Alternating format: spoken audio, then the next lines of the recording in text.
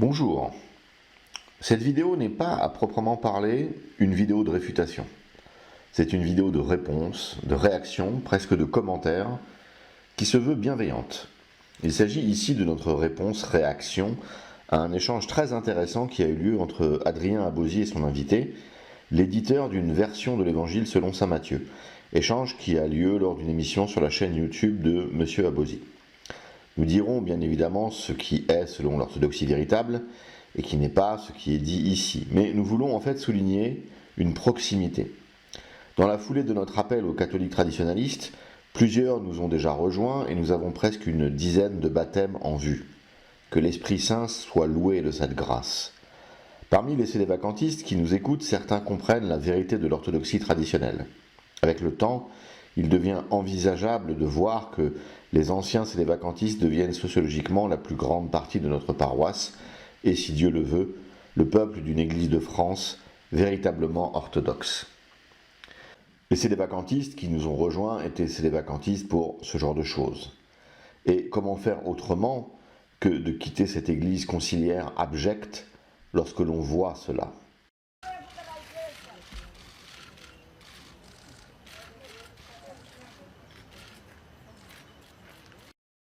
Y las flores, los árboles y el monte, la tierra que es fecunda, te alaban, Señor. Las aves con sus cantos, los peces y reptiles, las fieras de la selva, te alaban, Señor. Los hijos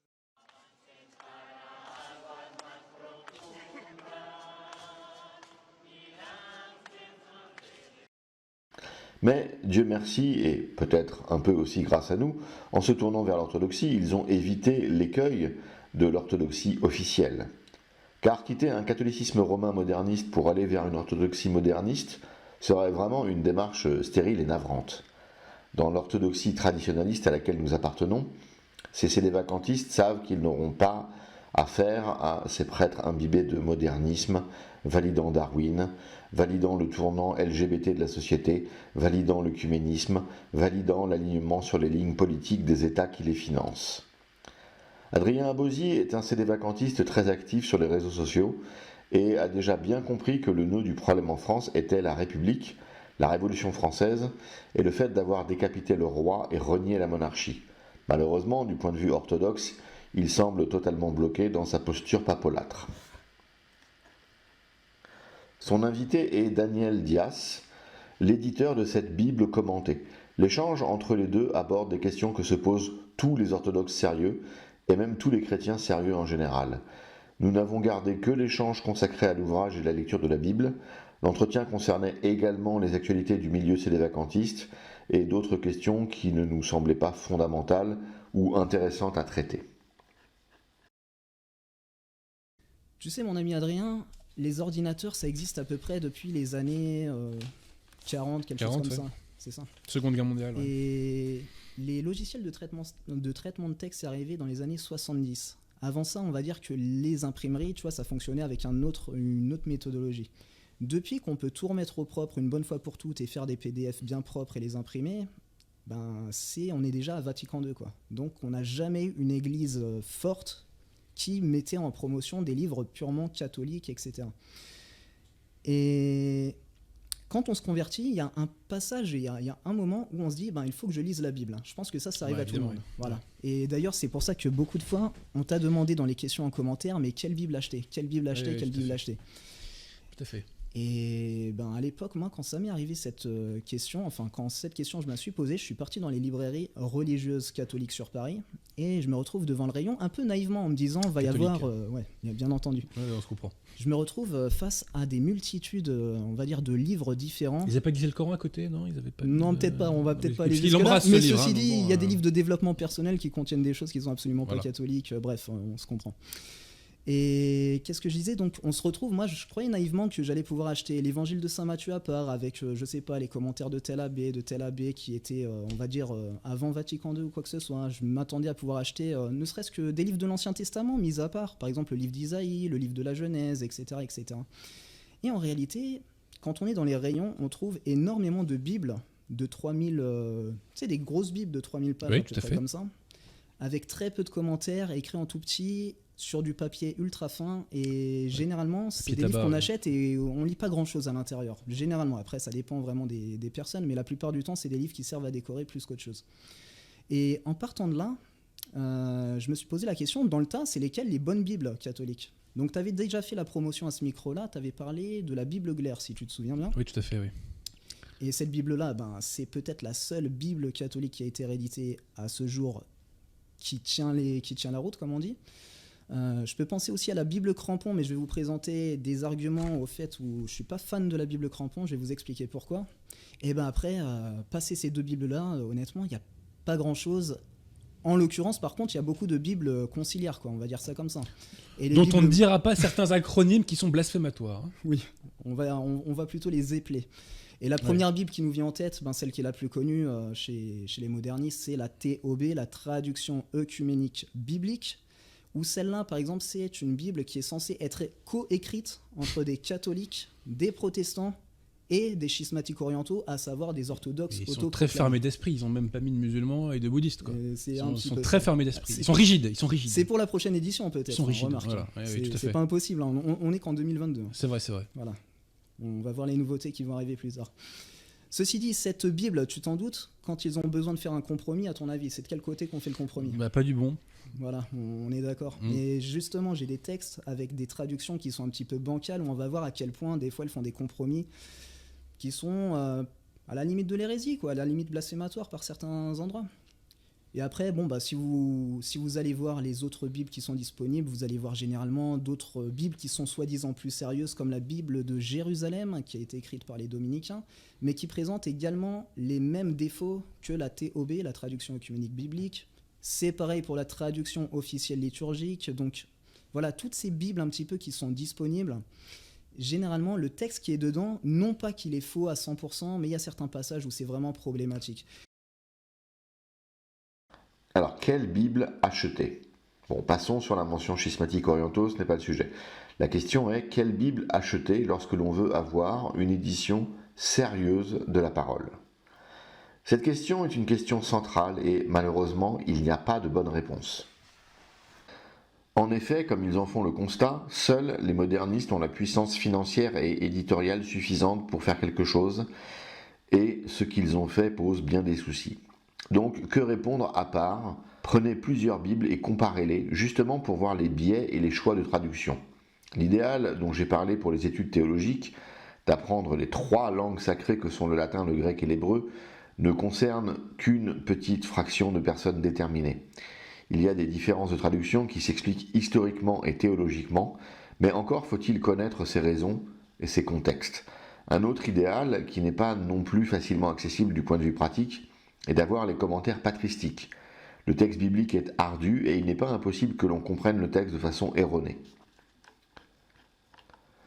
Exemple de compréhension qui pose problème. Dans l'évangile de Marc, quelqu'un appelle Jésus en lui disant que ses frères et ses sœurs sont là et l'attendent. Dans l'évangile de Matthieu, il est dit que Marie est restée vierge jusqu'à ce qu'elle vive avec Joseph. Voyons les versets. N'est-ce pas le charpentier, le fils de Marie, le frère de Jacques, de Joseph, de Jude et de Simon? Et ses sœurs ne sont-elles pas ici parmi nous? Et il était pour eux une occasion de chute. Ça c'est Marc 6,3. Mais il ne la connut point jusqu'à ce qu'elle lui enfantait un fils auquel il donna le nom de Jésus. Ça c'est Matthieu 1,25.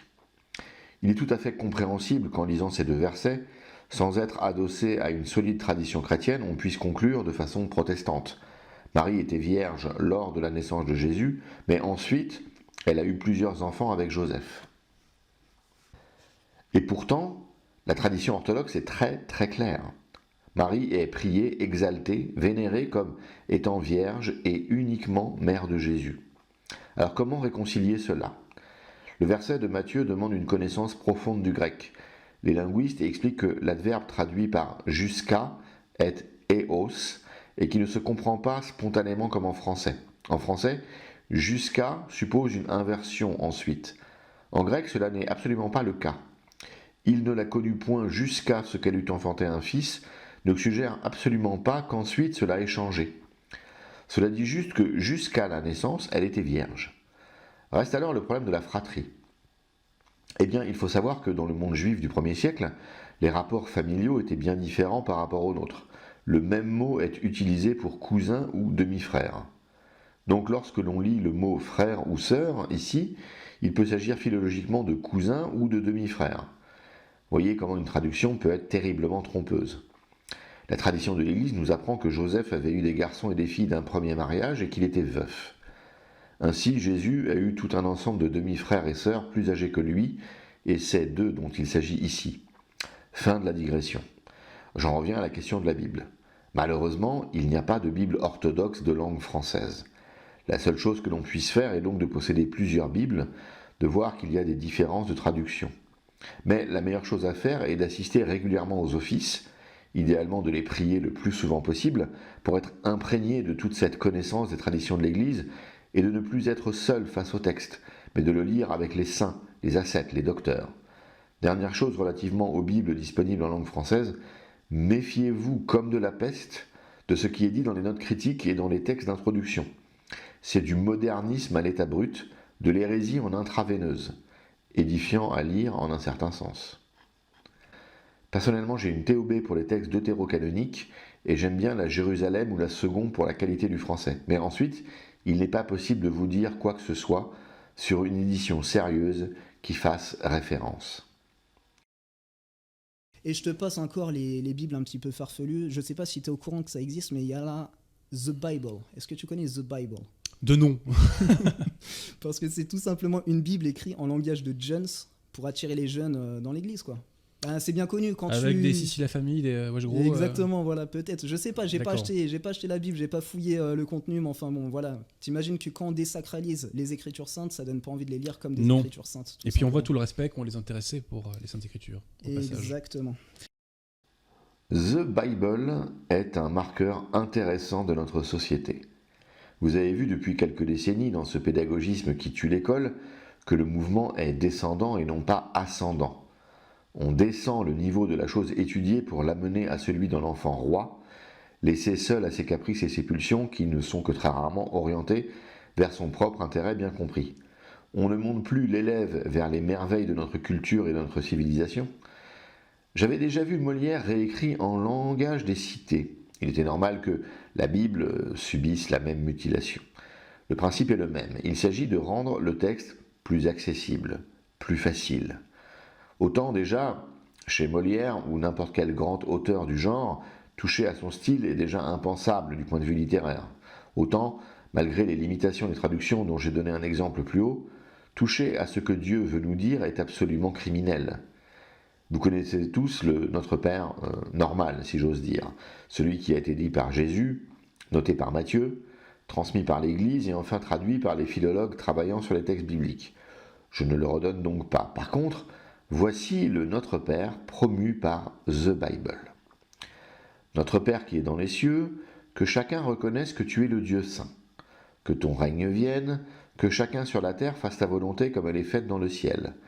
Donne-nous aujourd'hui le pain nécessaire, pardonne-nous nos torts comme nous pardonnons aussi à ceux qui nous ont fait du tort, et ne nous expose pas à la tentation, mais délivre-nous du mauvais. Voilà, une mutilation de plus, une attaque de plus, un irrespect de plus.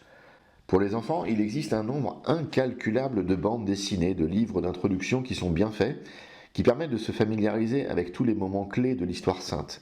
Il n'est nul besoin de passer par un texte réécrit pour eux.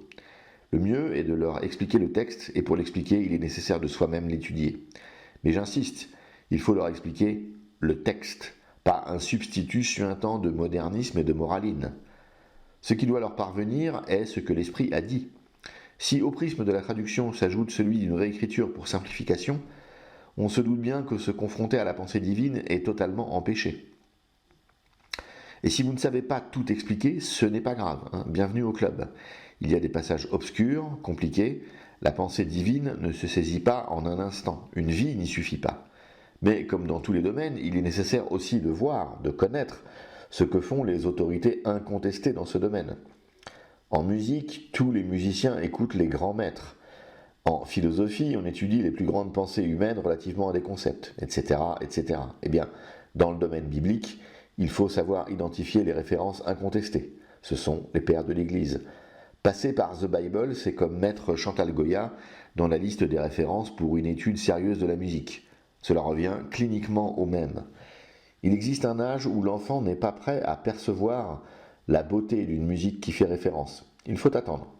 Il faut participer à son élévation. Il faut structurer cette élévation.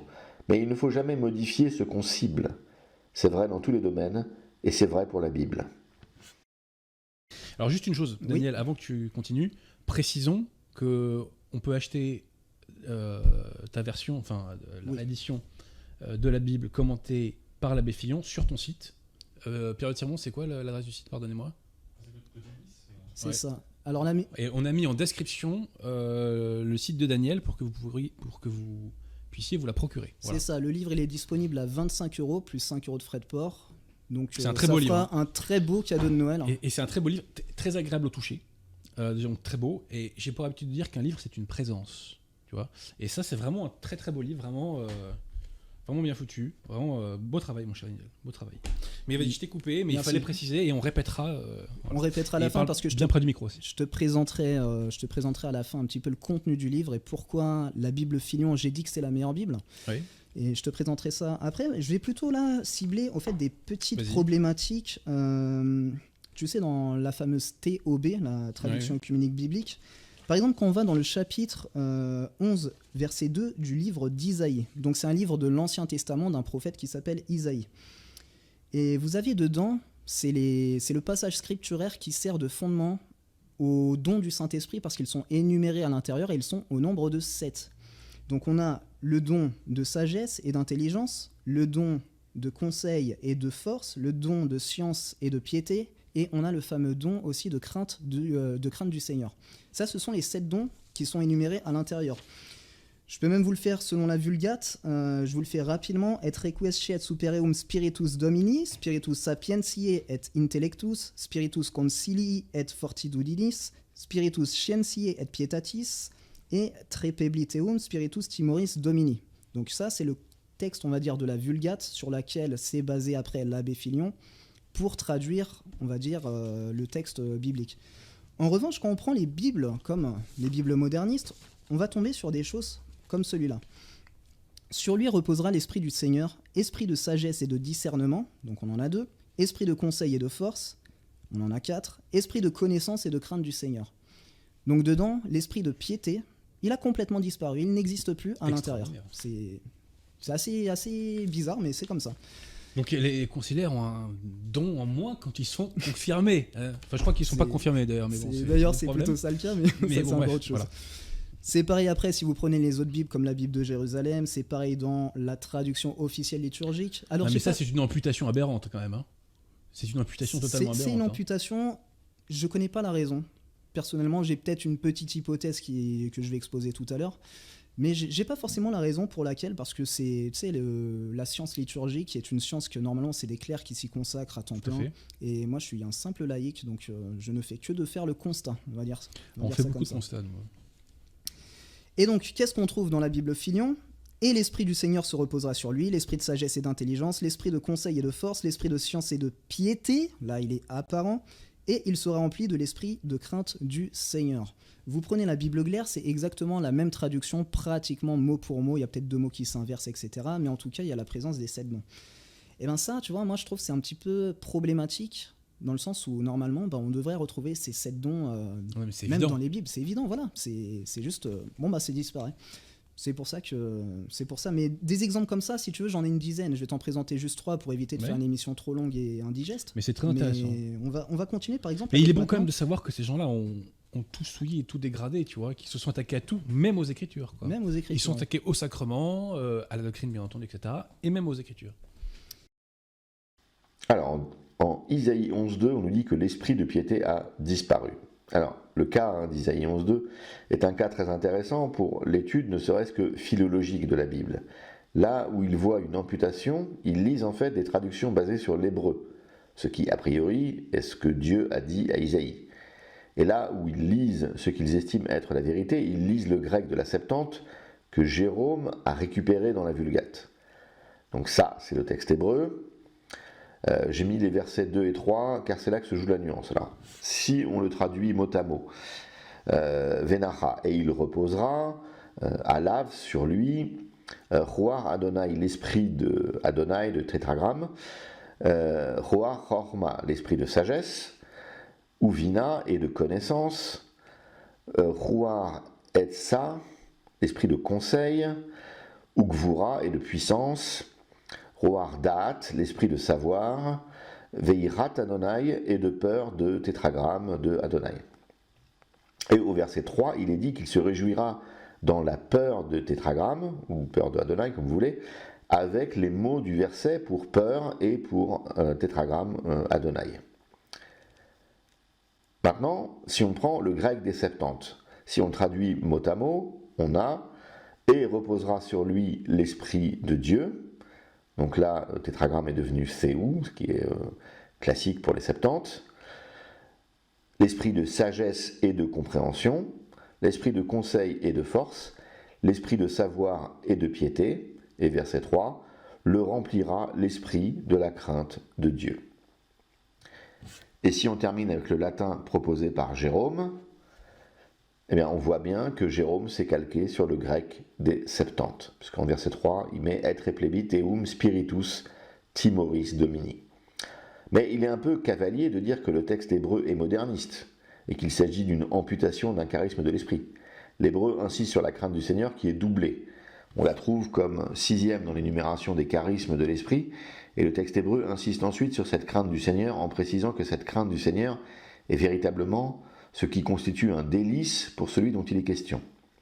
Alors il faut bien comprendre la dynamique des Septante. Elles sont le plus souvent une précision, une interprétation du texte. Mais il ne s'agit pas d'une traduction du texte hébreu. Les Septante sont bien plus qu'une traduction. Il s'agit déjà d'une interprétation. On verra lorsqu'ils aborderont le problème d'Isaïe 7,14 sur la Vierge. Si je peux synthétiser comment il faut comprendre les choses, à part quelques manipulations antichrétiennes des rabbins, le texte hébreu est le texte de référence. Le texte grec des Septante apporte des précisions, des éclairages, des éclaircissements extrêmement précieux, et il est toujours bon de se souvenir que c'est le texte de référence de l'Église orthodoxe primitive. Je te prends un deuxième exemple. On va prendre Isaïe chapitre 7, verset 14. Ce chapitre-là, c'est la prophétisation de la nativité virginale de notre Seigneur Jésus-Christ. En latin, ça donne « Ecce virgo concipiet et pariet filium et nomen eius et Emmanuel ». Je pense que tu vois à peu près le passage.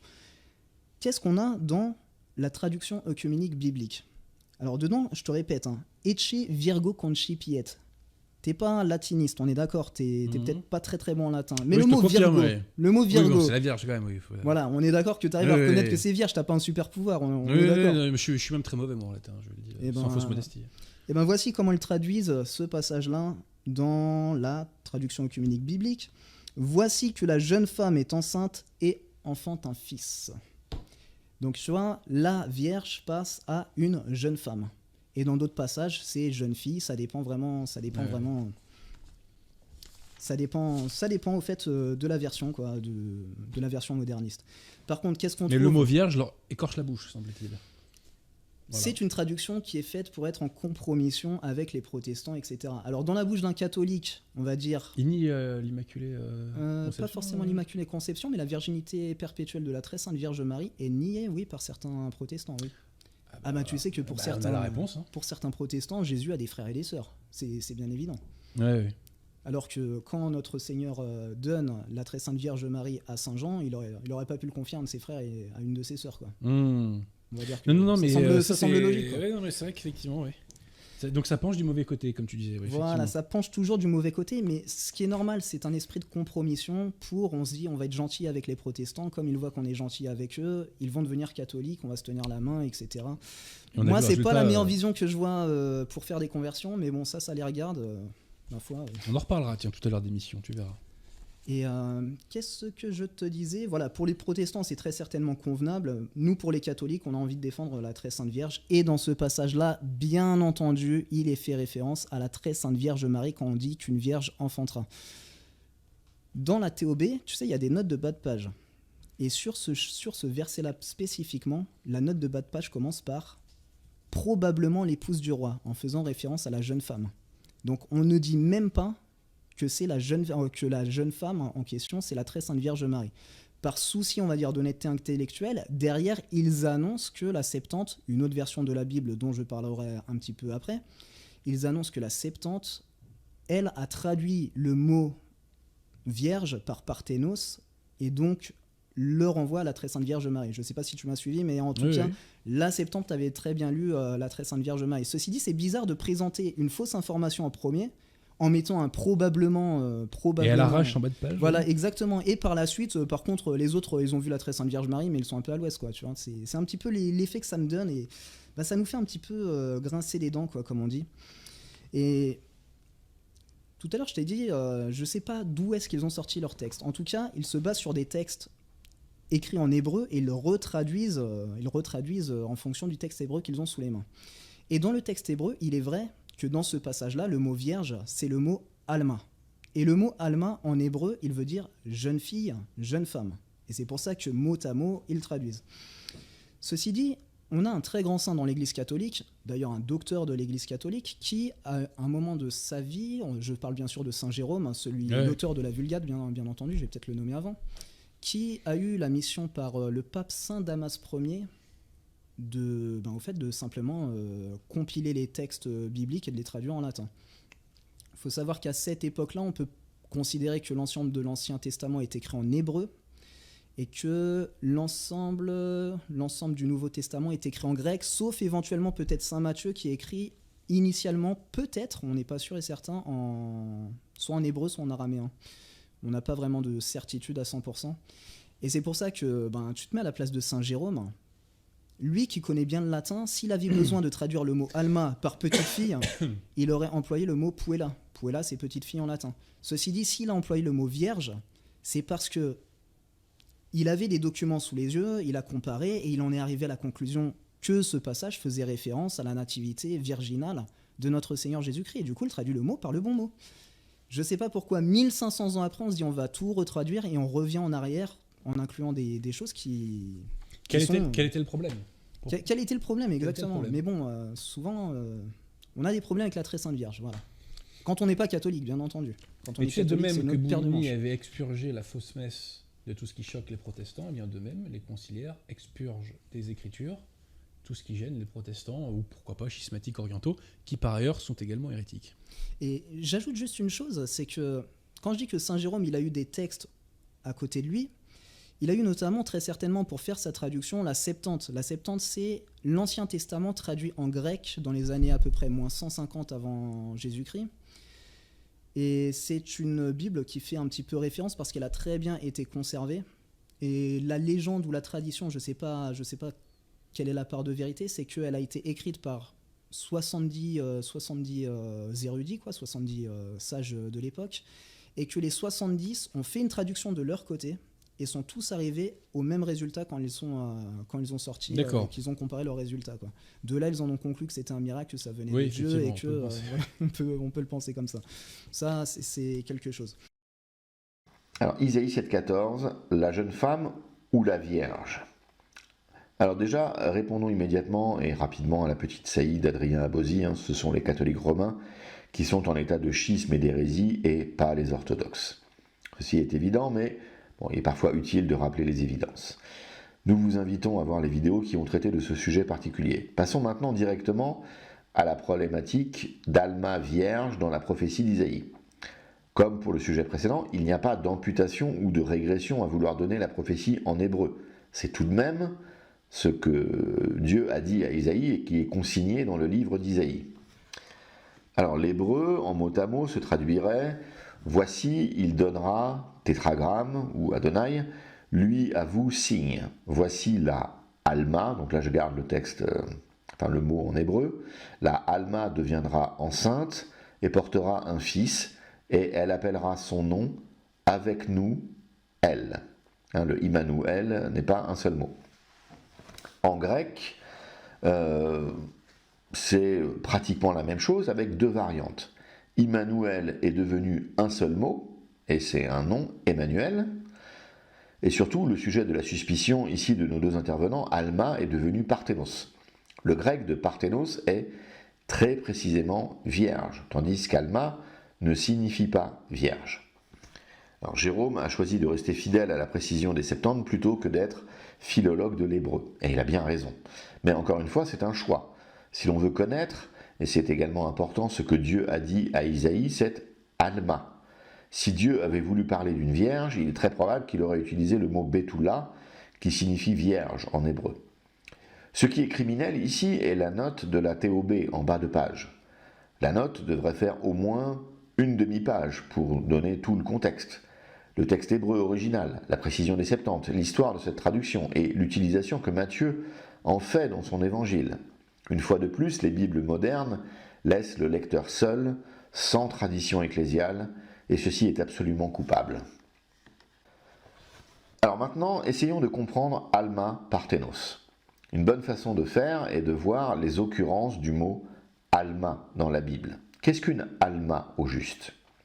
Alma est la référence Strong 5959 et les lexiques nous disent qu'Alma apparaît 7 fois dans la Bible. La première fois, c'est en Genèse 24, 43. Alors j'ai mis les 2 versets pour qu'on ait un peu plus de contexte. « Voici, je me tiens près de la source d'eau, et que la jeune fille qui sortira pour puiser, à qui je dirai « Laisse-moi boire, je te prie, un peu d'eau de ta cruche », et qui me répondra « Bois toi-même, et je puiserai aussi pour tes chameaux », que cette jeune fille soit la femme que l'Éternel a destinée au fils de mon Seigneur. Alors quel est le contexte ? Abraham a envoyé son serviteur Eliezer pour chercher une épouse digne de ce nom pour son fils Isaac.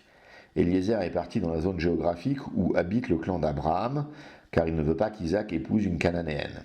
Et Eliezer, arrivé près du puits, joue en quelque sorte à ce petit jeu un peu superstitieux. Si jamais il y a une jeune fille qui vient et qui fait telle et telle chose, alors ce sera elle qui épousera Isaac. Eliezer va demander à boire pour lui et il va attendre de voir si une jeune femme lui proposera à boire, mais aura aussi la volonté de lui offrir à boire pour ses nombreux chameaux. Alors cela revient à dire, si jamais une jeune femme arrive et fait une proposition d'une générosité un peu stupéfiante, alors c'est elle qu'il faut. En effet, cela revient à puiser de l'eau pendant des heures pour un parfait inconnu. Normalement, personne ne fait ça. Donc, une alma, dans le contexte biblique, c'est une jeune femme qui se distingue par une générosité qui est totalement hors norme. La seconde fois qu'on a alma dans la Bible, c'est en Exode 2:8. « Va, lui répondit la fille de Pharaon, et la jeune fille alla chercher la mère de l'enfant. » Alors redonnons encore une fois le contexte. Pharaon a décidé de tuer tous les enfants mâles des Hébreux. Moïse vient juste de naître. Sa mère le cache dans une petite caisse qu'elle met sur le Nil. De façon providentielle, la fille de Pharaon découvre la caisse et veut sauver l'enfant. La jeune fille en question est ici la sœur de Moïse, qui surveille le destin de son petit frère. Il est de notoriété publique que cette seconde alma de la Bible s'appelle Myriam. La Théotokos s'appelait Myriam. Myriam, la sœur de Moïse, permet la naissance du libérateur d'Israël. En grec, le terme n'est pas rendu par Parthénos, mais par Néanis. La troisième occurrence est dans le psaume 68-25, en hébreu, dont l'équivalent grec est 67-26.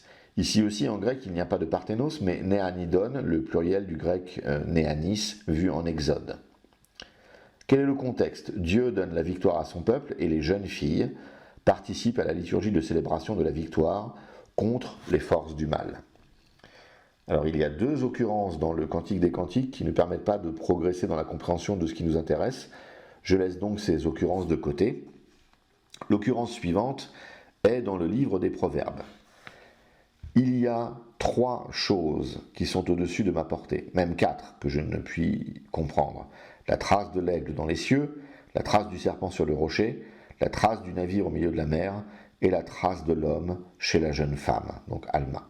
On voit ici que Alma n'est pas exclusivement quelque chose lié à la virginité, puisqu'il est question de la semence de l'homme laissée dans le corps de la femme. On voit que la Bible a une façon pudique de parler de ces choses-là, mais c'est bien de ce dont il s'agit. Et c'est là qu'il serait dommage de se priver de l'hébreu, car il y a quelque chose de merveilleux dans l'hébreu. Littéralement, c'est « et le chemin du guéver dans la Alma ». Le guéver n'est pas un homme ordinaire, c'est un guerrier, c'est un homme puissant, c'est celui qui est fort. Il est l'archétype de l'homme fort. On sait que la plupart des noms des anges sont du type de quelque chose « elle ». Ceux-ci donnent des noms du type Gabriel, Raphaël, Michaël, etc. C'est souvent une aptitude de Dieu, un comportement de Dieu, un attribut de Dieu qui va servir à nommer l'ange. Raphaël, c'est Refoua El, la guérison de Dieu, Dieu qui guérit. Eh bien pour Gabriel, l'ange de l'Annonciation à Marie, l'étymologie hébraïque de son nom est Gever El, la force de Dieu.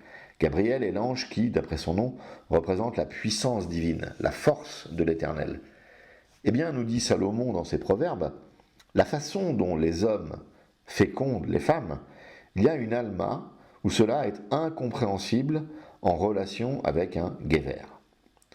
Retournons maintenant à Isaïe 7,14. Essayons déjà de voir le contexte. Ce qui est dommage dans le fait de se jeter sur le Parthénos et de ne voir que lui, est que l'on perd tout le reste de ce que Dieu a laissé dans les textes pour nous dévoiler ce prodigieux mystère marial. Le prophète Isaïe donne ici au roi Akaz une prophétie de Dieu.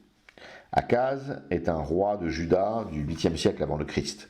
Son vrai nom est Joachaz et on trouve mention de lui dans les Écritures dans le second livre des rois, dans le second livre des chroniques et dans le premier chapitre de l'évangile de Matthieu, dans cette grande généalogie que nous lisons à Noël. En termes de prophète, il a connu Isaïe et Michée. C'est un roi particulièrement mauvais et impie. La situation politique est compliquée pour lui et il ne sait pas comment agir contre le royaume de Samarie, le royaume de Damas et les Assyriens. Isaïe vient lui délivrer le message de la volonté divine et lui propose de demander un signe pour bien vérifier l'origine divine de la prophétie. Akaz refuse et Isaïe ajoute alors ce qui est retranscrit dans le verset 7-14. Dieu donnera néanmoins un signe, que tu le veuilles ou non, et ce sera le fait que cette Alma sera enceinte d'un garçon qui permet la présence de Dieu avec nous.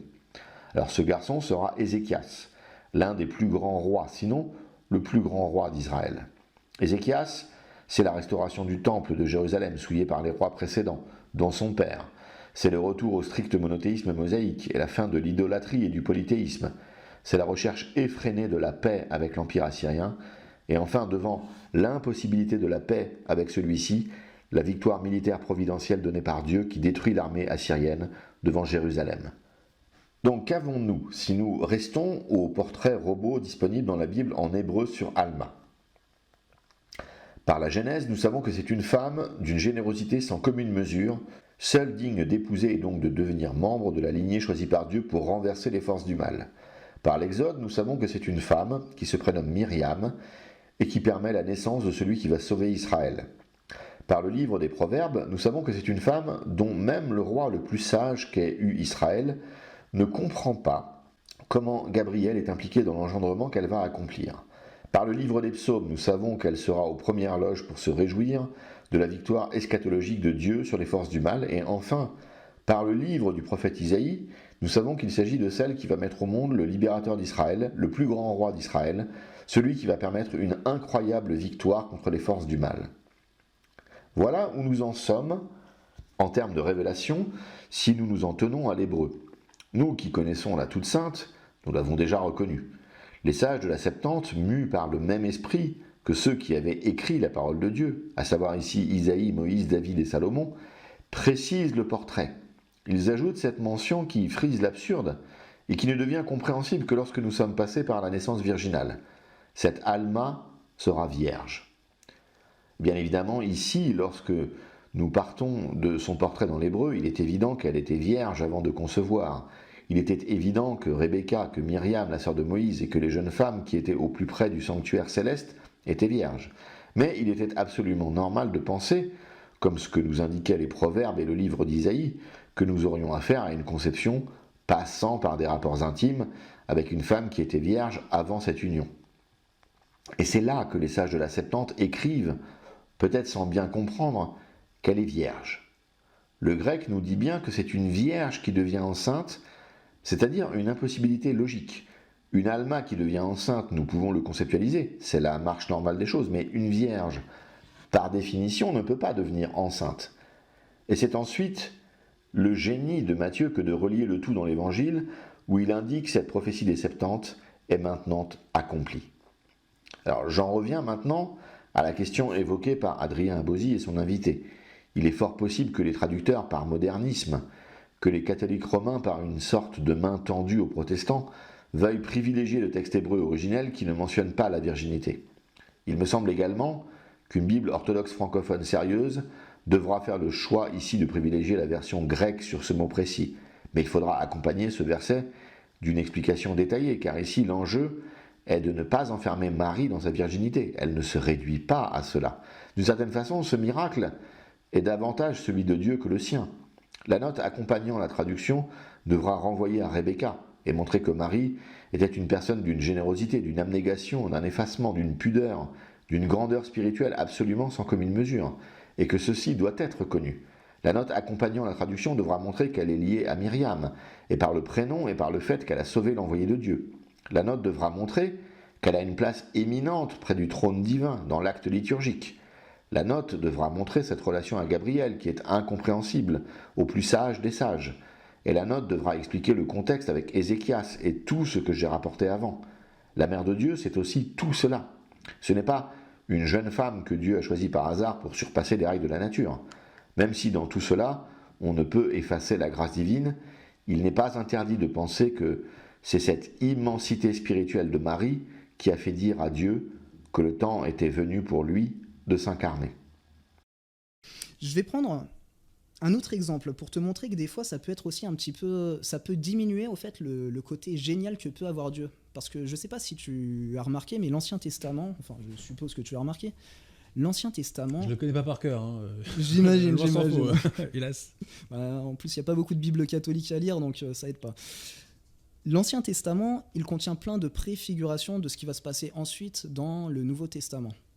Et il y a certains symboles qui sont effacés par des traductions, on va dire, qui sont un peu bancales. Je vais t'en présenter une nouvelle. Cette fois-ci, on va aller dans Jérémie 11, 19. C'est un passage qui est une prophétisation de la passion de notre Seigneur Jésus-Christ.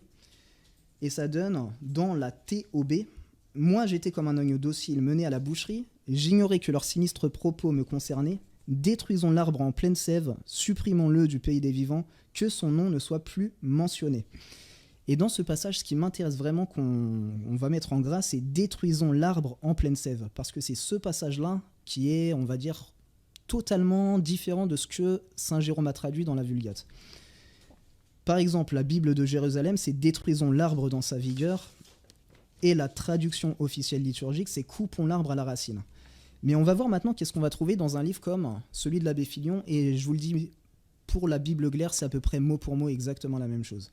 « Et moi j'étais comme un agneau plein de douceur qu'on porte à la boucherie, et je ne connaissais pas les projets qu'ils avaient formés contre moi en disant « Mettons du bois dans son pain, exterminons-le de la terre des vivants et qu'on ne se souvienne plus de son nom. » Et dans un passage qui parle de la passion, « Mettons du bois dans son pain », tu vas reconnaître quelques symboles. Le bois pour la croix et le pain pour le corps du Christ pour l'Eucharistie.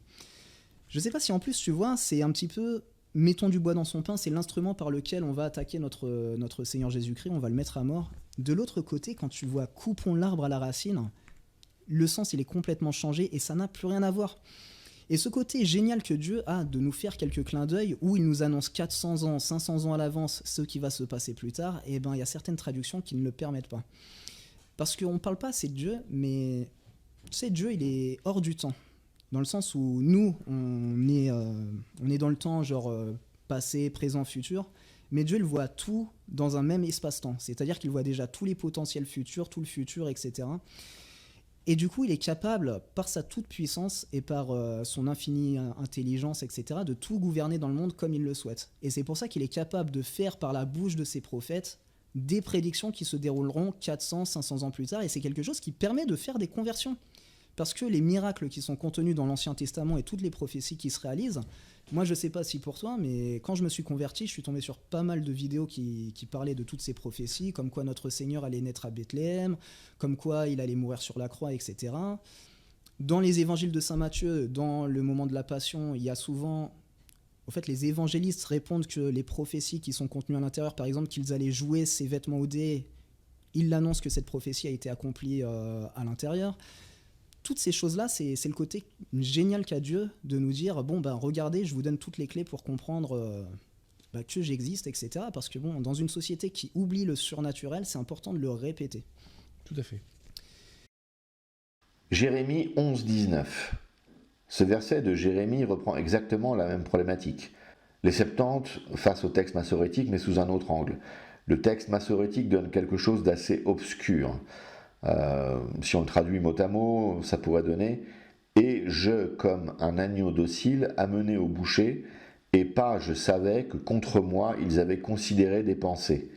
Détruisons l'arbre avec son fruit, et coupons-le de la terre des vivants, et que son nom ne soit plus remémoré. » Alors le grec est le suivant, et on peut le traduire ainsi. « Moi, comme agneau innocent au sacrifice conduit, ne sachant pas contre moi, ils ont dit des paroles, disant, voici, nous mettrons du bois pour son pain, et nous l'éliminerons du pays des vivants, et son nom d'aucune façon ne sera remémoré plus longtemps. » Ainsi, comme il le constate, le « détruisons l'arbre avec son fruit » devient « nous mettrons du bois pour son pain », et l'on perd des évocations évidentes du Christ avec le pain et le bois. Mais ce qu'il faut comprendre ici est la dynamique entre le texte hébreu et le texte grec. L'hébreu est la base, le grec donne la direction. Et il est bien évident que la Septante pointe vers le Christ. Je ne pense pas qu'il faille recaler le texte hébreu, car c'est probablement ce que Dieu a dit à Jérémie de prophétiser. Mais le texte grec nous montre comment le Messie se dévoile encore davantage. Alors je suis d'accord avec l'éditeur sur le caractère apologétique des prophéties. Ainsi, dans cette hypothétique Bible orthodoxe francophone, il est évident que les textes prophétiques mettraient également largement le texte grec à l'honneur. Et qu'est-ce que je voulais vous dire après Attends, laisse-moi juste une petite seconde. Là, on était sur pas les falsifications, mais les traductions à tout le moins erronées. C'est ça. Alors, est-ce que c'est erroné ou pas ? C'est là-dessus, au fait, si tu veux, où je ne peux pas me prononcer à 100%. C'est juste que, techniquement, je sais par exemple que la Bible Crampon, qui elle est considérée Bible catholique, elle est souvent citée, mais la Bible Crampon a les mêmes problèmes à certains endroits. Ceci dit, ils écrivent pas jeune fille, jeune femme, hein, ils écrivent vierge. Hein, mais il y a certains endroits où ils ont exactement les mêmes problèmes que dans les traductions, on va dire, modernistes. Et c'est parce qu'ils se basent sur les textes dits massorétiques. Les textes massorétiques, ce sont les textes officiels que Moïse aurait écrits et qui se seraient transmis de génération en génération au sein du peuple juif jusqu'à nos jours, etc., et conservés intacts. Le problème, c'est qu'il y a toujours un petit peu cette mentalité que l'ancien est meilleur, que l'antique est meilleur et que le vieux est toujours meilleur. C'est pas totalement vrai, parce qu'il peut y avoir des falsifications qui s'introduisent avec le temps. Et notamment quand on dit en plus que l'ancien est le meilleur, le livre le mieux conservé, ce sont les évangiles. Et notamment la Vulgate, on a des tonnes et des tonnes de copies. Ça date des années... il me semble qu'il l'a écrit vers les années 400, Saint Jérôme. J'aurais dû vérifier, j'ai pas pensé. Mais c'est à peu près dans ces eaux-là. Et les plus vieux recueils des textes dits massorétiques, donc les textes officiels juifs transmis de génération en génération, c'est le Codex d'Alep, qui date des années 900, qui contient à peu près en partie l'Ancien Testament, pas l'Ancien Testament en entier. Et l'autre, c'est le Codex de Stalingrad. Le Codex de pas Stalingrad, la bataille, ouais, c'est pas la bataille, non. Celui-là, il le contient en entier, mais il date des années 1000. Donc même le côté un petit peu antique, je suis désolé, c'est pas forcément plus vieux, étant donné que, entre-temps, il peut s'introduire des falsifications. Est-ce que tu connais Saint-Justin Oui, alors je connais Saint-Justin grâce à M. Arnaud Dumouche, puisque M. Arnaud Dumouche me disait que Saint-Justin plaidait pour la liberté religieuse, alors que c'est tout l'inverse. Younes Darman le démontre dans ses bouquins. Tellement il se plaignait pour la liberté religieuse... Il plaidait pour. Il plaidait, pardon. Lol. Pardon. Tellement il plaidait pour la liberté religieuse qu'il aussi se plaignait de la falsification que certains rabbins introduisaient dans les textes sacrés, tout simplement. Donc si déjà dans les années 150... un saint de l'Église catholique se plaint de falsification, moi j'ai envie de dire, ne soyons pas naïfs.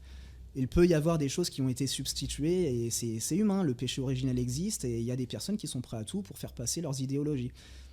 Un saint normalement de l'Église catholique, il préfère mourir que de mentir, on va dire ça comme ça. Donc il y a certaines personnes, on peut leur faire confiance, et il y en a d'autres, moi je ne leur fais pas confiance tout simplement.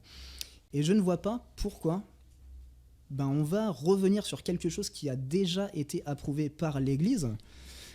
Alors, j'ai expliqué un tout petit truc sur la Vulgate. Mais parce qu'il faut parler aux nouvelles générations, mon cher Daniel. Exactement, il faut faire avec un aggiornamento. et mettre du langage de Jones. Voilà pourquoi.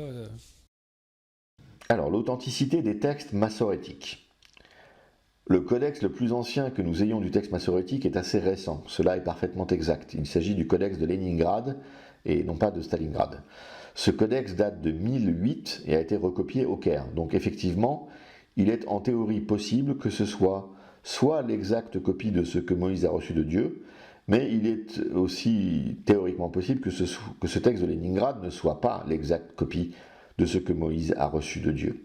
De plus, comme le dit l'éditeur, les rabbins et les scribes qui ont supervisé cette transmission ne sont pas des autorités crédibles. Alors je vais d'ailleurs en profiter pour faire une sorte de mea culpa.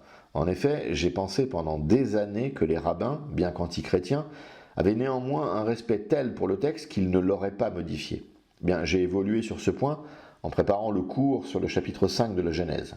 Je vous y renvoie pour les détails, mais il est évident que le texte de Leningrad est le produit d'une manipulation, au moins sur le chapitre 5 de la Genèse, ce qui rend tout le texte évidemment douteux. Il existe également une autre manipulation, absolument flagrante dans le Deutéronome. Pour autant, je pense qu'il ne faut pas verser dans le doute et désavouer totalement le texte massorétique. Ce qu'il faut regarder avec plus de circonspection, c'est la Massora. Il s'agit de la vocalisation proposée par ces rabbins. Je rappelle que Moïse, et il en est de même pour les autres textes de l'Ancien Testament, a produit et transmis un texte avec seulement les consonnes. La vocalisation des massorètes est seulement une façon possible de le lire. Il y a des cas fameux de vocalisation destinés à ne pas voir le Christ. Ici aussi, la Septante nous sert à nous assurer de ce qu'il faut voir. Alors vous me direz, pourquoi garder la Torah massorétique ? Pourquoi ne pas utiliser exclusivement la Septante ? La Torah massorétique est bidouillée avec certitude à 3 endroits et la Septante est plus proche du dévoilement messianique. Eh bien, pour 3 raisons principales. Première raison, nous ne devons pas perdre le contact avec la matrice juive. Il faut garder le contact avec cette langue. Sans cela, il nous sera encore plus difficile de convertir les juifs. Et il nous sera aussi plus compliqué de saisir le contexte premier de la littéralité des évangiles. Deuxième raison, il est probable que les rabbins manipulateurs n'ont pas modifié tout le texte, mais seulement quelques passages. Avoir le texte initial, celui que Dieu a inspiré en premier lieu, reste un trésor inestimable. Si on part de l'enseignement chrétien et que cela est notre base absolue en toute chose, les manipulations pharisiennes ne peuvent pas nous atteindre. Et enfin, troisième raison, il y a certaines finesses dans l'hébreu qui sont plus proches des réalités trinitaires que le grec. La Septante dévoile le Messie, mais l'hébreu dévoile la Trinité. Ou disons, pour être plus précis, l'hébreu montre ce que les spécialistes nomment les 2 puissances dans la divinité, ou encore le binitarisme. L'Ancien Testament montre, lorsque l'on s'attaque aux bizarreries grammaticales de l'hébreu, qu'il y a 2 personnes en Dieu. C'est surtout le Nouveau Testament qui permet d'aboutir à la Trinité avec le statut divin de l'Esprit. Il y a le pape Saint Pie V. Tu connais le pape Saint Pie V ? Oui, quand même. Oui. Au Concile de Trente, il a décrété la supériorité de la Vulgate. Mais c'est une supériorité qui est... Parce qu'après, il y a des gens qui sont allés voir, ils ont dit, non mais comment ça se fait que le texte, on va dire plus vieux, dépasse, on va dire, le texte original. Il y a quelque chose qui ne va pas. Et c'est le pape Pie XI ou Pie XII, j'ai plus la référence, mais c'est le pape Pie XII, je pense, qui répond à cette problématique. Et il dit, ce n'est pas tant que le pape Pie V a décrété la supériorité sur le contenu, c'est qu'il a décrété la supériorité juridique au sein de l'Église. Quand, entre les années 400 et les années 1500, avant que le protestantisme apparaisse, on a toujours utilisé dans le côté liturgique les textes de la Vulgate, il en a conclu sans aucun problème qu'ils ne contiennent aucune erreur, qu'ils ne peuvent pas, on va dire, errer dans la foi, et que du coup, la Vulgate a une supériorité juridique. Et cette volonté de s'écarter des traductions liées à la Vulgate, c'est toujours un esprit un petit peu de rébellion vis-à-vis de l'Église, quoi. Même si la démarche a été louée, par exemple, par Pie XII, et forcément, quand tu te rapproches des textes originaux et que tu veux traduire vis-à-vis des textes originaux, la démarche, elle est louée. Mais après, derrière, ce qu'ils en font, c'est encore autre chose. Et puis c'est un manque de confiance en l'autorité de l'Église. Si l'autorité de l'Église a tamponné, elle a tamponné, voilà. Et donc du coup, il n'y a pas besoin de rebattre les cartes, hein, si je puis dire. Et petite parenthèse, oui, dans Mediator Dei sur la liturgie, Pie XII dit des choses très proches de ce que tu dis, c'est-à-dire il n'y a pas besoin d'aller toujours à l'antique, quand c'est validé par l'Église, c'est validé par l'Église, et voilà, il n'y a pas besoin toujours de remonter toujours dans le temps, quoi. Exactement. Après, les versions originales sont utiles quand des fois on a besoin d'une précision supplémentaire. Par exemple, la traduction en latin, forcément, quand tu vas traduire un texte, tu peux imaginer que tu as un petit peu de perte d'information d'une langue à l'autre. C'est pas forcément évident de traduire de l'hébreu vers du latin.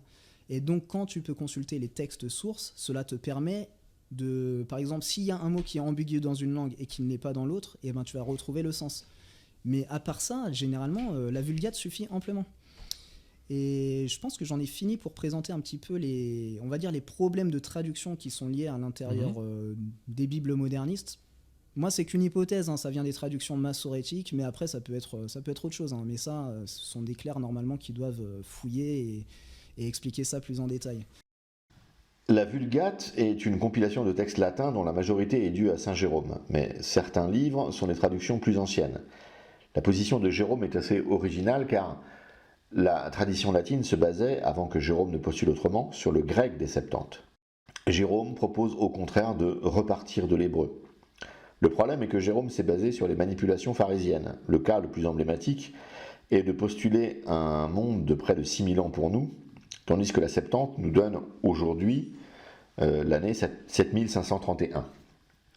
A noter qu'il y a eu une controverse entre Augustin et Jérôme. Augustin disait qu'il fallait plutôt partir du grec des Septante, et Jérôme voulait revenir à l'hébreu.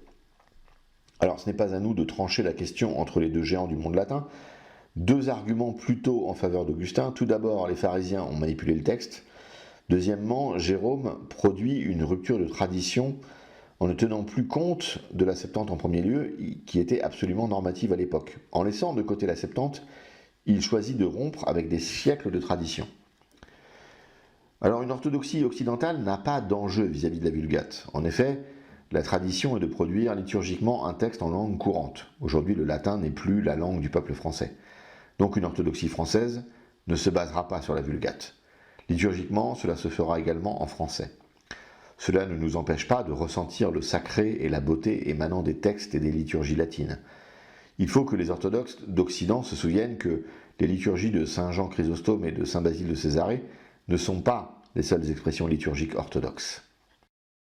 Et du coup, tu voulais dire quelque chose ? Non, mais on va peut-être faire des petites citations. Oui, exactement. Je voulais présenter l'intérieur du livre. Ah bah ouais, vas-y. Non, mais vas-y, commence. Ah non, il vaut mieux, je pense, d'abord... je sais pas si on va voir la caméra. Pierre Tirement, est-ce que... Ah oui, parfait. En fait, l'ouvrage, je l'ai réalisé à 100%, et si vous regardez un petit peu plus en détail, attendez, je vais essayer de cibler, voilà. Vous voyez qu'il y a, on va dire, d'un côté le texte en latin, d'un côté le texte en français, les deux sont mis en vis-à-vis, et vous avez les commentaires de l'abbé Filion qui vous permettent d'avoir les clés de compréhension des versets et de ne pas partir dans une interprétation, on va dire, personnelle, tout simplement. Parce que ça peut être un petit problème. Ah bah oui, c'est un petit problème qui nous a fait Martin Luther. Donc, Martin Luther, mais même des personnes plus récemment, on va dire. Ouais. Donc voilà, et forcément quand j'ai découpé l'ensemble du texte, j'ai fait en sorte que ça soit agréable à lire, c'est-à-dire que quand vous avez par exemple le chapitre 15 et les versets 1 à 8, les commentaires qui sont en dessous concernent les mêmes commentaires, vous n'avez pas besoin de tourner les pages pour récupérer le bon contenu.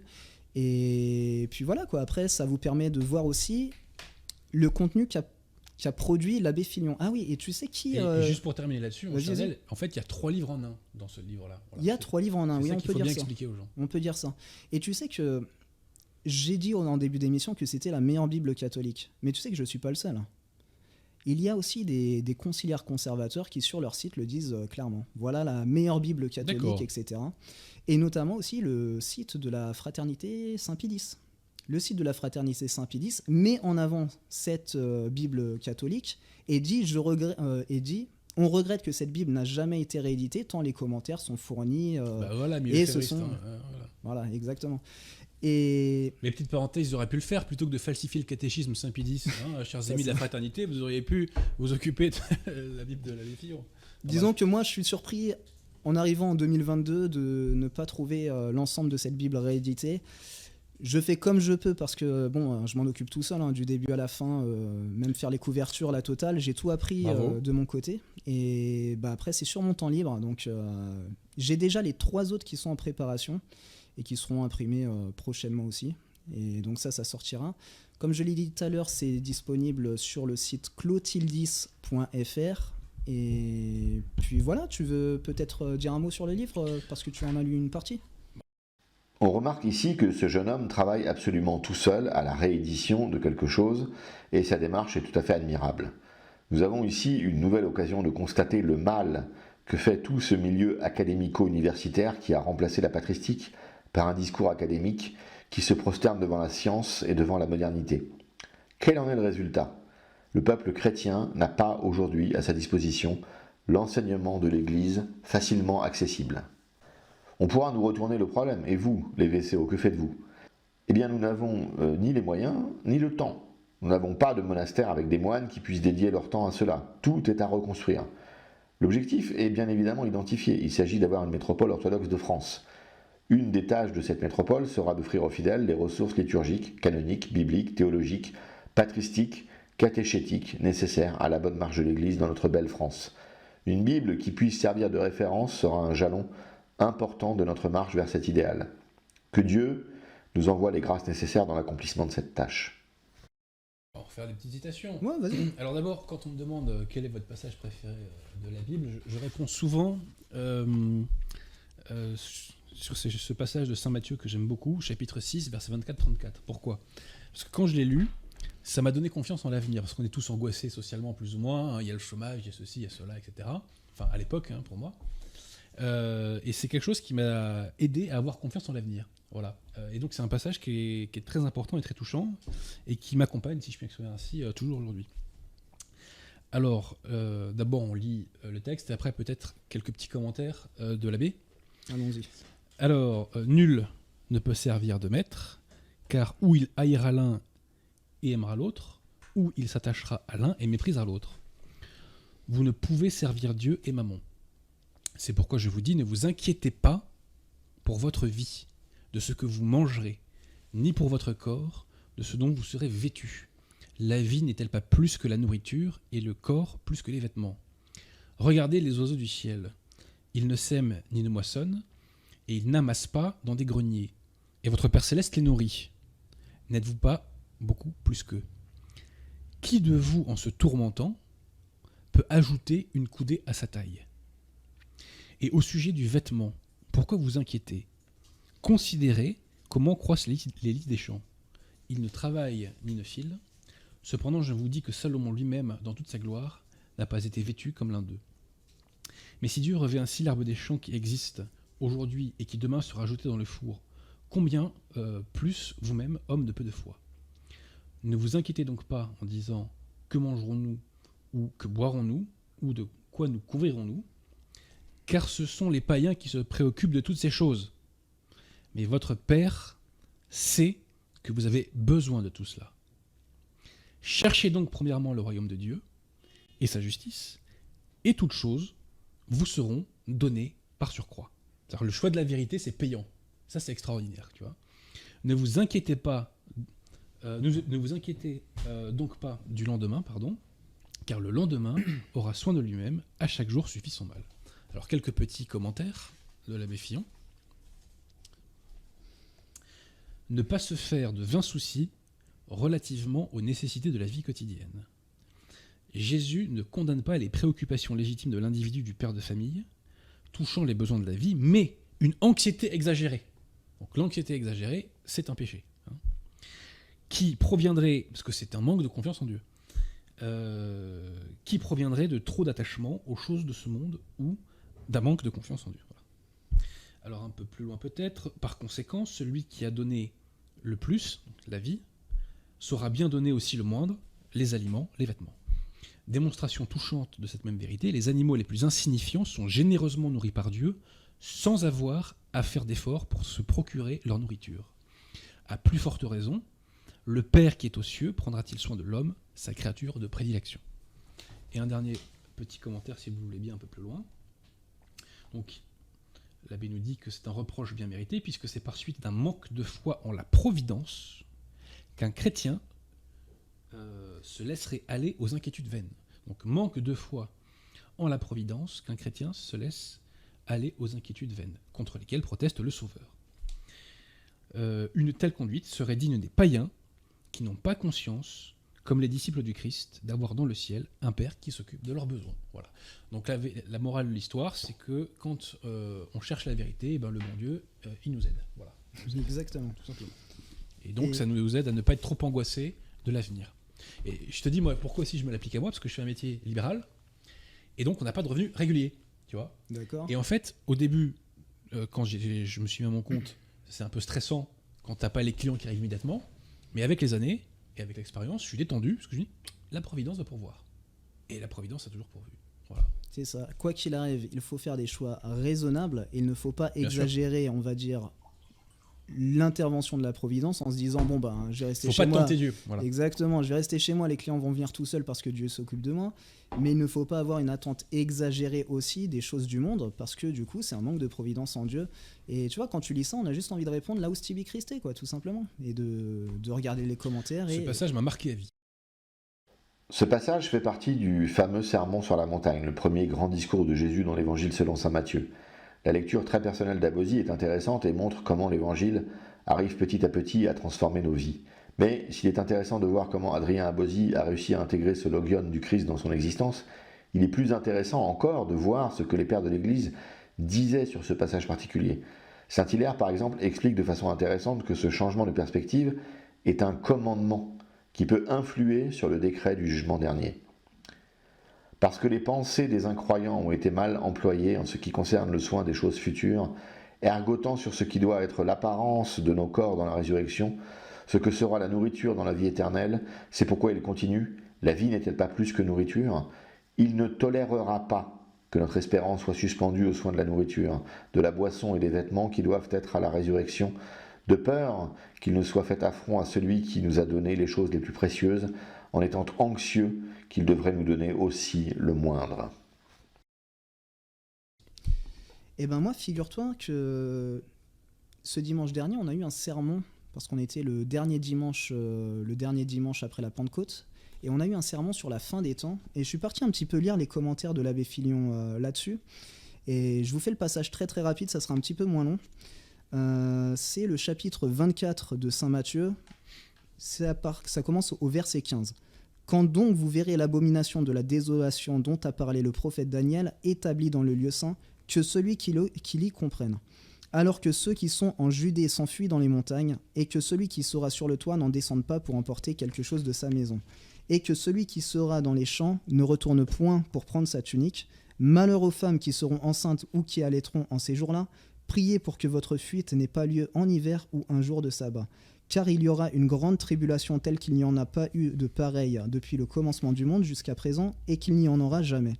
Et si ces jours n'avaient été abrégés, nulle chair n'aurait été sauvée, mais à cause des élus, ces jours seront abrégés. Et je vais m'arrêter là pour pas faire trop long. Mais quand on lit un passage comme ça parle, a priori, à proprement parlant, de la fin des temps, comme ça. Et ben on va voir après qu'est-ce que dit l'abbé Filion vis-à-vis de ce passage. Alors, dans les notes de bas de page, à partir du verset 15 jusqu'au verset 22, il dit la fin. D'après la majorité des interprètes, ce passage concerne plus particulièrement la destruction de Jérusalem. Et bien ça, moi, quand j'avais une première lecture comme ça, avec mon intelligence faillible, je ne l'avais pas vu tout simplement. Je ne l'avais pas vu, la destruction de Jérusalem. Parce que pour moi, ça parlait uniquement de la fin des temps. Et en réalité, après, quand on lit la suite, on voit qu'il y a plusieurs façons, d'interpréter ce passage. Soit on la voit uniquement comme la fin et la destruction de Jérusalem par les Romains et par l'empereur Titus en 70, soit notre Seigneur Jésus-Christ fait aussi référence à la destruction du temple de Jérusalem et à la fin des temps, soit uniquement à la fin des temps. Et l'Église n'a jamais tranché sur ce passage. L'Église ne s'est jamais prononcée, est-ce que c'est l'un, est-ce que c'est l'autre. Mais ceci dit, ça permet de voir autre chose auquel je n'y aurais pas pensé si je n'avais pas eu de commentaires. Parce que c'est une chose que souvent nous disent les abbés tradis, c'est de lire des versions avec des commentaires. En l'occurrence, je te dis, à part la Bible Glaire qui a énormément de commentaires, mais davantage des commentaires d'érudition pour te donner le contexte dans lequel s'inscrivent les événements. À l'inverse, la Bible Filion va vraiment chercher les commentaires théologiques. Oui, pour expliciter. Pour expliciter, voilà, pour concrétiser et, on va dire, donner les clés de compréhension des versets. Tout à fait. Parce que après, si tu veux encore aller au-delà, tu peux lire les chaînes d'or de saint Thomas d'Aquin. Là, je pense que tu seras bien. J'allais le citer. Voilà, là t'es bien après qui les est chaînes d'or. un livre absolument exceptionnel. Pour ceux qui connaissent pas, parce que Il est hors catégorie, Saint-Thomas. Il est hors catégorie. C'est au-delà de la Ligue des Champions. pour ceux qui connaissent pas les chaînes d'or de Saint Thomas d'Aquin, c'est Saint Thomas d'Aquin quand il s'ennuie, il compile l'ensemble de ce qu'on dit les pères de l'Église, verset par verset des 4 évangiles.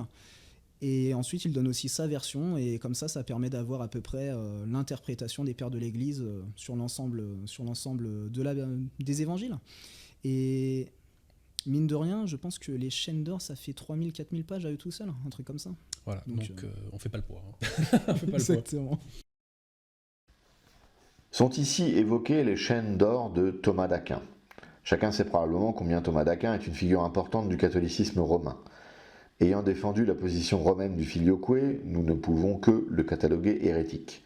Mais ces chaînes d'or sont néanmoins inestimables. De quoi s'agit-il? Il s'agit d'une compilation des commentaires patristiques les plus significatifs, selon le théologien romain, et ce pratiquement verset par verset des évangiles. Comme je le disais plus haut, la lecture patristique en tant que commentaire est presque une obligation pour l'orthodoxe. Obligation pour éviter les lectures personnelles erronées, dont j'ai montré un exemple. Obligation pour perpétuer le fait de s'inscrire dans une tradition multiséculaire. Obligation pour voir en action l'approche patristique de l'écriture. Jean Cassien a théorisé de façon très utile les 4 principales approches: littérale, allégorique, morale et eschatologique. La lecture littérale est déjà relativement complexe et est pourtant la base des 3 suivantes. En effet, si l'on ne comprend pas déjà directement ce que signifie le verset, les 3 autres lectures vont être très certainement fausses. La lecture allégorique est le plus souvent typologique. En effet, l'allégorie est ici toujours la découverte d'une analogie entre la lecture littérale et une signification qu'on va trouver dans le Nouveau Testament. Ce mécanisme particulier d'analogie s'appelle un type. Prenons un exemple. Abel tué innocent est un type du Christ tué innocent. Son meurtre annonce, préfigure celui du Christ. On dit alors qu'Abel est un type du Christ. Ou encore on parle de lecture typologique. Cette lecture est très classique chez les pères, puisque Jésus lui-même déclare de l'Ancien Testament, dont il est absent du point de vue littéral, qu'il parle de lui. Il explique cela, et donc ce mécanisme aux 2 hommes venant d'Emmaüs qui l'accompagnent à la fin de l'évangile de Saint Luc. Jésus nous dit que l'Écriture lui rend témoignage alors qu'il n'est pas littéralement dans l'Ancien Testament. C'est une invitation divine à relire l'Ancien Testament sous l'angle allégorique et donc typologique. Les pères de l'Église en sont les grands spécialistes. L'incompréhension avec les tenants de la tradition rabbinique pharisienne vient du fait qu'ils lisent au niveau littéral alors que nous lisons au niveau allégorique typologique. La lecture morale, 3e niveau de lecture, vient prendre des exemples de situations et de discours. C'est une lecture qui travaille sous l'angle de l'exemplarité. Et enfin, dernier niveau de lecture, la lecture eschatologique considère que les Écritures étant le reflet de la pensée divine, elles contiennent aussi bien une description précise du passé qu'une évocation fiable du futur. Mais en tout cas, félicitations mon cher Daniel pour ton travail. Alors, merci. Rappelons que on se procure cet ouvrage sur ton site. Oui. Clotildis.fr. Éventuellement sur le CSRB aussi, je sais pas. Non, pas simplement sur mon site d'accord, pour le moment. d'accord. Peut-être que les prochains, mais en tout cas celui-là. On sait jamais. Voilà. Parce que nos amis du CSRB sont. Et d'ailleurs, je présents, remercie justement nos amis du CSRB parce que c'est eux qui s'occupent de la diffusion et de l'expédition des ouvrages. Bah voilà. Voilà.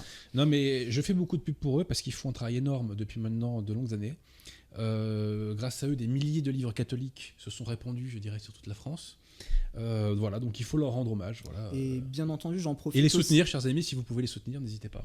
J'allais dire, je profite également pour remercier tous ceux qui m'ont aidé à mettre l'ensemble de ce livre sur pied. Parce qu'on a toujours des petites demandes avec des personnes qui connaissent un petit peu les logiciels de montage, les logiciels de graphisme, etc. Les personnes qui aident à mettre en page. Donc voilà, je passe un remerciement global pour toutes ces personnes. Ok.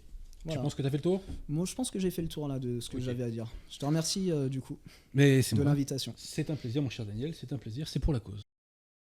Le dialogue entre Abosi et son invité part ensuite sur des considérations liées à l'hérésie et au modernisme dans l'Église catholique romaine. Il nous a semblé que cela n'était pas vraiment intéressant à commenter et nous nous en tiendrons donc au biblique. Voilà pour cette vidéo. J'espère qu'elle vous aura appris des choses.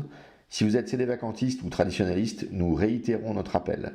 Votre place est dans l'Église orthodoxe véritable. Ne restez pas dans la bouffonnerie romaine officielle, mais Ne rejoignez pas pour autant l'orthodoxie officielle.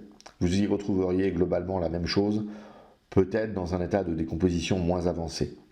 La beauté des liturgies orientales des patriarcats officiels ne doit pas vous tromper sur la non-orthodoxie et la non-canonicité des gens qui les prient. Le Christ a dit que la vérité rend libre, et donc, en toute liberté, bienvenue dans les catacombes.